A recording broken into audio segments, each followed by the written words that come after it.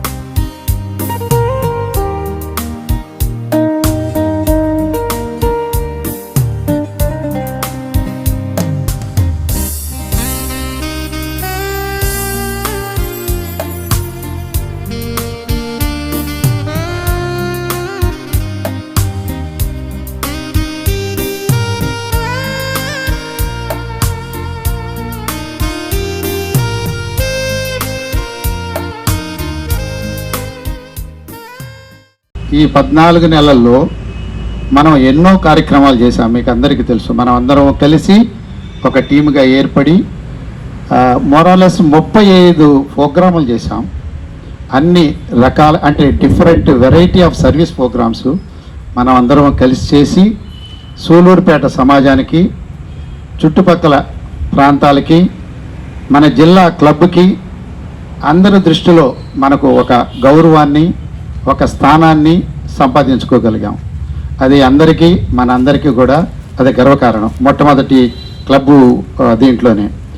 I hope and wish with the cooperation of all our passionate members we'll achieve this one, and particularly health activities, whether eye camp and recently cancer awareness programs, that we have to increase the frequency. One we have done.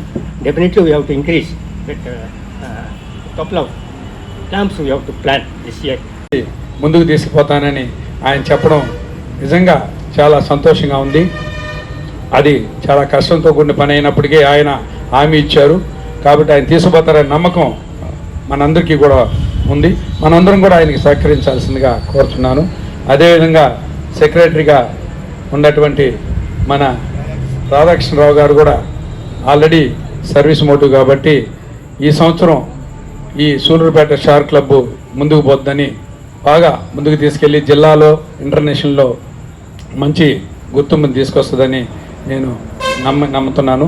అదేవిధంగా last year మీ యొక్క క్లబ్కి వచ్చిన అవార్డ్స్ని ఈ సభాముఖంగా మన ఆశేషారెడ్డి గారికి మరియు వాళ్ళ టీము మన శ్రీనివాస్ జెట్టి గారికి అందజేయాలని చెప్పి నేను తీసుకొచ్చున్నాను. అవి కూడా ఈ సభాముఖంగా అందజేస్తాం.